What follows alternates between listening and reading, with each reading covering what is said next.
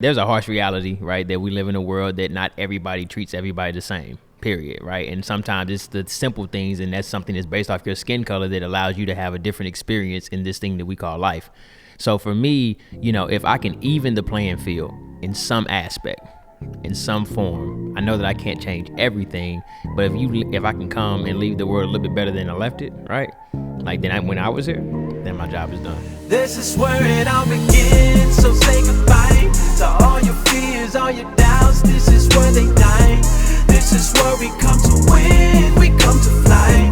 This is where we make our dreams come to life. Welcome to Innovation City. Welcome to Innovation City, a podcast featuring the innovators, creators, and disruptors who are changing the way business happens. My name is Tyler Kelly, and I'm here with my co-host Leanne Buchanan. Hey, everybody. And we're coming to you from the Slam Agency St. Louis headquarters, and we're joined today by a very special guest, Mr. T.moore. Welcome. What's up? What's going on, Harry? Excited to have you here. I'm excited to be here. I mean, I've been trying to get in contact with Tyler for like 2 years. So it's finally... Ooh, I feel the beef. So it makes sense. It makes sense. But no, I'm super excited to be here. I think this is definitely, like what you said, T, the perfect time for us to connect, man. Definitely. Absolutely. Welcome. Well, T.moore, you are the founder of Doer House, and we're going to talk a little bit about what that means in terms of production and experiential marketing and all things creative. But we want to know a little bit about you, who you are, and why you're doing this work. So you ready? Yeah, let's do it. Okay, so my first question, I had so many questions. Let's do it. Let's go. So what about changing the narrative around Black culture fuels your work?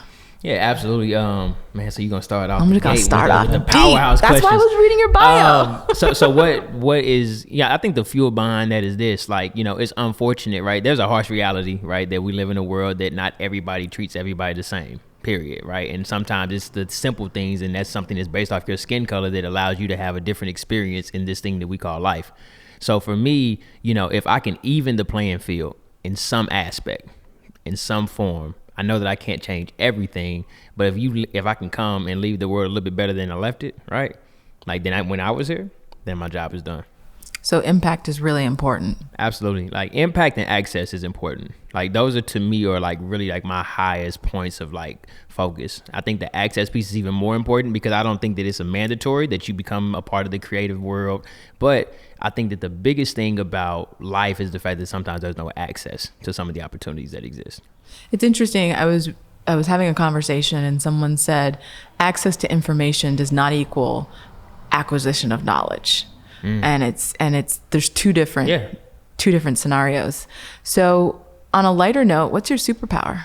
I'm a super dad. I love it. I'm a super dad. Like I think that me being able to enjoy my 1 and 3 year old is my superpower because dealing with them, I love them, but they are the most challenging, fun creature beings in the world. So that's really my superpower. Awesome. Honestly. I didn't really discover that one until, obviously they came along. But yeah, that's the superpower because it allows me to tolerate grown folks who don't know how to listen to either. It actually provides a schooling for patience. Dad, you say that again. Yes. That is one of the highest quotes of this podcast. Absolutely. So tell me about, one of the things that you've done and continue to do is St. Louis Black Fashion Week. Yeah. So tell me about just like coming up in St. Louis as a Black creative and kind of just like forging your own path. What took you there? Yeah. And how did you get there? Yeah, absolutely. So, graduate of Harris-Stowe State University, HBCU here in St. Louis. And, there were a lot of opportunities, right? Not a lot of creative opportunities, but just like you see a lot of voids, right? So there was places where, I could see fashion was like a huge articulation of like what culture is and just your personal identity. So I was like, it'd be really cool because I had started this organization, which is kind of like the genesis of where Doer House came from. It was called Black Black Wolf. I thought that name was really cool at the time, but it was called the Black Wolf Organization, right? So I rallied a couple of students on campus, and we just were doing some creative, events on campus. And one of the ideas that they said, they like, hey man, you should think about doing a fashion show. I'm like, I don't know anything about a fashion show. Never produced one in my life. I think I've seen them. I would always see them online. I thought that they were cool creatively from a production standpoint. But I noticed a void, and that void was there were no designers of color on those runways. New York Fashion Week, it was real slight, So I was thinking to myself, man, I want to create a show centered around creators of color, like designers and models of color. So I started this fashion show called the Sweet 7 Fashion Show in 2014. And we ran it. Like the first show was like 50 people, right? And I was like, okay, all right. This is not what I thought. I'm thinking 100, maybe 2, but I kept it going every year and it continued to grow. We continued to like break boundaries in new venues. And we literally were in some of the first places that they had ever had African-American based events. So, we really started changing the narrative with just that show by itself. And then last year, 2019, I wanted to challenge myself. And there's a great designer, Black King, who, RIP his soul, Quentin Jackson, BPLR, Born Poor Live Rich brand. He asked me, he was a designer. He said, look, man, I'm going to New York Fashion Week and I need you to come and do the behind the scenes video for me. So that was like that was 2018, I think. So I went and we just enjoyed the hell out of New York Fashion Week. But again, it was a platform that he had one of these shows, and one of his shows he went to was like really like a bust. It was really like a show that they had like promoted that it was a part of New York Fashion Week, and it wasn't. So he paid like $3,000-$4,000 to be a part of this show, and there was like 13, 14 people in the audience when he did his final collection walk. And I was like, yo, this sucks. Like, he put his heart into this production, and then he wasn't able to produce it. So I said, yo, when I go back home, I'm going to start something that rallies around getting creators of color, but making a full week of experiences. So 2019, we launched it. It was an amazing success. And now we got working into our first, annual side of it now. That was the inaugural kickoff year. So now we got a great train behind us. There's something to be said for starting small and sticking with it. Absolutely. Because those initial results aren't where it's going to end up. Absolutely. I say it all the time, man, but I think that it's important to always remember that your process won't look like the promise. And like if the promise is, hey, 500 people, that means your first one may be 50, right? And then the other one may be 75. So you might see small growth, but I think that the growth there's a truth in like minimal growth, like keeps you humble, right? Because like I couldn't have imagined starting off with a 500-600 person show. I would have assumed that that's how it's supposed to be. Right. But now I understand, like, I only got that because I was patient, and I had an amazing team behind me and people who supported the vision. One of the things that you said kind of struck me, which is this idea that framing your work around Black people was a way to break barriers. Absolutely. Going to new spaces, bringing new events into new places. What was the reaction like when you said, I'm going to put Black people at the center? Yeah, it was a total like disagreements. Like people were like, you could tell people were like excited about the poetic thought of that. But then it was like, well, you shouldn't call it St. Louis Black Fashion Week. You should just say St. Louis Fashion Week, and then just kind of like have an emphasis of design around Black culture. But you shouldn't say Black, because that's kind of saying that you are only exclusive to them and that nobody else is allowed. I said, no, it's not that at all, right? It's the same thing that we're doing at Doer House. We're designing a space where African-American creatives, and people of color can feel comfortable, but we're not excluding anybody. It's just saying that like we have an opportunity to have something that has Black art and Black music and Black culture, and for you to not feel like you have to like subdue what and who you are. So tell me about Doer House and just the challenge of the Black creative in a city like St. Louis, and just I think that's representative, of the nation as a whole, and then how Doer House solves that. Yeah, those challenges. Absolutely. Well, I think like, I look at you guys, right, as an agency, and I look at, me and Tyler's relationship now as a physical one as of today. But like we've had a digital relationship for like nearly a year, and I think it was around Tyler saying, hey man, I like and I love what you're doing around fashion and around art. And I just think that there's somewhere that we're going to connect, right? And then that relationship stayed. So I think that the challenge that we're having at Doer House, or should I say one of the things that we solve, one of the challenges that we solve is this, like we are making that space a reality for people. I think a lot of things sound good, right? In the perfect world, things sound good, but we're making an actual solve and solution base for retail and for concept in one space. So I'm a firm believer that you have to have access, right? And because of access, that's what Doer House provides. So you literally can come in that place. We can take all of the furniture out. Everything that is built in there was built by these good hands of mine, right? And outside of the couches, which I got to learn to make. But those things are able to move. Everything is on casters, right? So we can move that stuff out immediately and allow whatever vision you have to come true in this 900 square foot square box, right, of white walls, and allow you to really be able to say, look, this is a concept that I have. How can I bring it to life so that I can actually see what my vision looks like in the real world? What are some of the most exciting collaborations that you've had activate the Doer House so far? So, it's interesting. So we're kind of planning out and kind of mapping our year, because here's the thing. We opened February 1st. Let's just say this. Doer House has actually been a physical brick and mortar space since November 18th of 2019. So we didn't actually, so that was renovation between November to January 31st, right?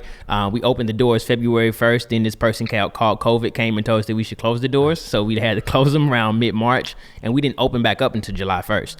So we have not even had the opportunity to actually put in a real installation in the space. But, we're hopeful that, COVID will, we know that it's the new normal now, right? So we're hopeful that we'll be able to kind of operate in the space where we can actually bring something like that to the space. But I think one of our first ones is going to be with a brand called The Greenwood, and they're based out of New Jersey. And they are a Black based creative magazine. So they have really, really great content on their website. So I reached out to them to say, hey, look, I think that you all have an amazing online presence, but like what would happen if we made your online presence like an actual capsule that people could actually experience? I'm curious to hear your perspective as a creative. You're behind the camera, you're designing, you're thinking about experiences. And I'd love to hear your perspective on how you marry offline and online. Because I always think that the digital can amplify the analog, but how does that look in your world? I think it's actually one of the scariest things I've actually experienced, because of the fact that I think people get caught up behind like the perception, right, behind a lot of things. So like I try my best to like let my social be secondary and then like my offline be primary, because like a lot of things like I'm always reminded of is like the day the Instagram had shut down and people lost their mind, like they didn't know what was going on, right? Like in the case that happens, like what do you do, right? And like if you don't have like an offline presence, then you kind of like have been living like this false life, right? I meet so many people that I love online, and then I meet them in person. I'm like, hey, what's up? And they're like, LOL, like IDK. Not today though. Not today. Like Tyler has so much humanism. So, but like I meet so many people that like, that vibe that they give online and like all the talking that they do and the inspiration that they do, they're only good at that like online, right? So I believe that like marrying the two is like trying to say, hey, how can I do exactly what I do in real life and just put a camera on that, right? Like, and again, I challenge everybody, like you got to have a little bit of, on social, right? In order to be, like monitored and like actually have people come back to your page. But if you can't duplicate it, it's just like a relationship. Like don't start off cooking every single day of the week and then you get married and then it's kind of like, what happened? Yeah, babe, I hate really cooking. Honestly, I was just trying to get you, but like you got to keep it up. So I think it's just about, again, when it comes to marrying the two, it's just about, can you remain authentic and can you remain consistent with that? Authentic and consistent. When I think of like the pre-digital world, obviously completely analog. And then you have like this introduction to social media as a society. And now it's like influencers, it's all online. Yeah. And now we're entering into, I think, this world where the two come together. Absolutely. Yeah, I definitely agree to that. I mean, I've been on more Zoom calls in the last 3 months than I have in my entire life. So yeah, I definitely agree to that. I think because of all that, people are longing for, I think a reconnection to, the in-person human experience. Yeah, I think I was telling you a little bit earlier before we kind of hopped on, like, I did, a conversation, like a panel, like a virtual panel with Venture Cafe, last week. And it was around just like, what do you think that the new norm is going to be? And I said that I thought to myself, like, people are going to be yearning now for like real interaction. And it's like, take me off Instagram and Facebook and Twitter and LinkedIn for a moment, just so I can actually breathe and touch a hand and say what's up, get a hug, get a handshake, do something. Because honestly, if you're like living in this social bubble, like you're gonna find yourself like missing out on like some reality life. Yeah, life, exactly. You know, the humans are actually hardwired for connection. It's like the way our brains work. And as someone that does a lot of work in kind of experiences, how do you design experiences so that they enhance connectivity between people? Yeah, absolutely. So, I mean, I'm focusing now, like, you know, more this year, more like starting in 2019 with the St. Louis Black Fashion Week, you know, everything I put my hands on now, I have to have like multi-functional places where it's like multi-sensory, right? So like it's more than just like, oh, this is cool pictures. It's like, you know, can I put these cool pictures with like some type of like narrative that when you put on headphones, you can kind of like dive into the photo more, or, you know, doing like a visual of like a video on a projection screen while also having, you know, images, but then actually bringing a food that's from that area, like bringing in multiple pieces so that you can feel like a part of that culture or a part of that experience. I think there are so many like singular disciplinary things that happen that like you really don't get the full cusp of like what like design is, or what, you know, fashion is, or what even culture in general at large is. So I think that's really my biggest piece, like making sure that you feel multiple areas, because like not everybody is visually stimulated by photography, right? So like maybe there's a book versus a hanging, you know, like an actual art side. So yeah, I think it's just like really just like attacking people who like don't always get it, just how you get it. Now, being a creative is not always easy. Hell no. I mean, not only do you have to like make space to create, which means you can't have all of these other distractions or stresses, but there's also that narrative of the starving artist or the starving creative. So what advice do you have to young entrepreneurs that want to make this their full-time gig? Yeah, I mean, I'm gonna say this, like you can't part-time your vision. I think that's huge, but like there's like a thin line between that, because I look at myself, right? You know, I have some dependents, right? So like there's a level of maturity that comes with being an entrepreneur, and then knowing like, hey, I got to hop back in the workforce for a little bit to get some consistency, because if it had not been for, I was working at Beyond Housing, I was working like for a third party agency for Beyond Housing during the time that I was building Doer House. And there were so many complications I had. You know, I was going into it initially with a partner and we were going 50-50, but then the partner, you know, was not able to, you know, do that side, which it was nothing personal, but, you know, he had come up on some things with, you know, job searches and things like that. So before you know it, I was 100% responsible for, you know, for all of the expenses, you know, good and bad. So within that time, had I not had a consistent job, Doer might not have been a thing currently. So I think it's just important to like, you know, sometimes like your full-time job may fulfill the responsibilities of your soon to be full-time hustle, you know? So again, I think you just gotta be responsible and just be honest with yourself. If you don't have it, you don't have it. And I promise you, you can't compare somebody's chapter 1 to like your chapter 1 to somebody else's chapter 7, chapter 10, because you just don't know where they are in the process. You know, so again, like I look at the way I do St. Louis Black Fashion Week, that started as just a fashion show. I was no way I could manage 7 events on my first year of doing something. So again, my chapter 7 looks a lot different than a chapter 1. So again, I think that's just extremely important to keep in mind, that social media is also falsifying a lot of like the process for people. And I think that like people are renting jets, they're renting fast cars, they're renting luxury goods, they're renting money, they're buying the money off Amazon, they're spending $10 to look like they got 10,000. And like they're doing these things to, again, appear as though they have it. And they like, cause it's, again, social media is perception. And perception is reality for some people who are immature, just in that space of saying like, hey, I'm going to be this like entrepreneur. Truth. Oof. Boom. And with that, it's time for the lightning round. You first. Let's get it. What is something new you recently tried and loved? Kangaroo. Kangaroo. Yeah. Explain. I had a kangaroo burger.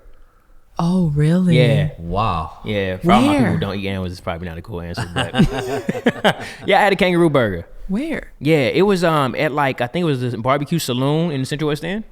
Interesting. Yeah, Okay. kangaroo burger. Okay. Now, here's the other side of that question, though. I actually didn't like it, but it was the first thing I tried that was new. But yeah. I would just see the pictures of the kangaroo. And I know, I thought about couldn't, Kangaroo Jack the whole time. I was like, this is really weird. But luckily, it didn't have feet attached. So what makes you lose track of time? Being behind the camera and editing. Editing video makes me lose track of time every time. I start at 6 and I'm like, damn, it's 3 a.m. And I'm getting multiple texts from the queen. Babe, I need you to come upstairs. It's time to go to sleep. I'm like, dang. All right, cool. Well, that's how you know you're called to do that. Yep. What makes you feel loved?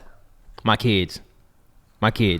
It is something about the fact that they can get in trouble and then 10 minutes later, they're like, Daddy, I love you. You're the best dad ever. So it makes me feel super loved. I'm good with that. I'm like, you're the only people in the world that when I tell them some bad news, they still love me. So yeah, kids, absolutely. What is a defining moment in your life and how did it impact you? Getting the internship my senior year of college with the Marcus Graham Project in Dallas, Texas, thus turning into another gained opportunity the year after when I got a chance to work at Anomaly in Manhattan and got a chance to live in Bed-Stuy. So that was probably like the most two influential pieces. One led to the other. And now that has allowed me to have conversation and have some insight that I've never would have had before. What did you learn from your biggest regret? Man, I could have answered that one wrong. You have to be able to live with your choices. You have to be able to live with your decisions and stand up to them and face them, look at them right in the mirror and know that it's still okay. Who is your hero? My mom. Why? Because I definitely have noticed like her passion for support. Right, there's a passion for support. When I was a kid, growing up in church, she would always send out cards. Like she would send out like 20, 30 cards every Monday. And that's just something that she did because she just said, she would always say, I just think it's important to always let people know that you're thinking about them. So it was never like a certain thing for a birthday or anything. But like to me, I look at that, like I never really tripped off of it then. But now I pay attention to like how relational I am. And I look back at it and like that's one of the things that showed me how important it is just to be able to say good, kind things to people because you just never know how it impacts them. It's been a great conversation. It has, T. It's just amazing. Awesome. And Queen, you have been amazing also. Oh, so thank you. I'm definitely excited to be able to connect with you as well. How can people get in touch with Doer House, you, social media, websites, all of the above? Yeah, absolutely. I think it's more important to push the mission first. So for Doer House, you can get in contact with us at www.doerhouse.com. Also on social media, on Instagram, every social media that you can possibly think of, it's at Doer House. That's DOER House. And then as far as me personally, from as a creative director or from a branding consulting side, you can reach out to me at t.moore.media.com. So TMOORE media.com. And then also on any single social media platform, it's the same, T.moore Media. Excellent. Well, thank you so much for stopping by. Absolutely. I can't wait till the next time, right? Okay, Great. Good stuff. Thank you for listening to Innovation City. If you like this episode, you can find more episodes at innovationcity.co or anywhere where you watch or listen to podcasts. Please subscribe, rate, and review, and we'll see you next week. This is where it all begins, so say goodbye to all your fears, all your doubts. This is where they die. This is where we come to win, we come to fly. This is where we make our dreams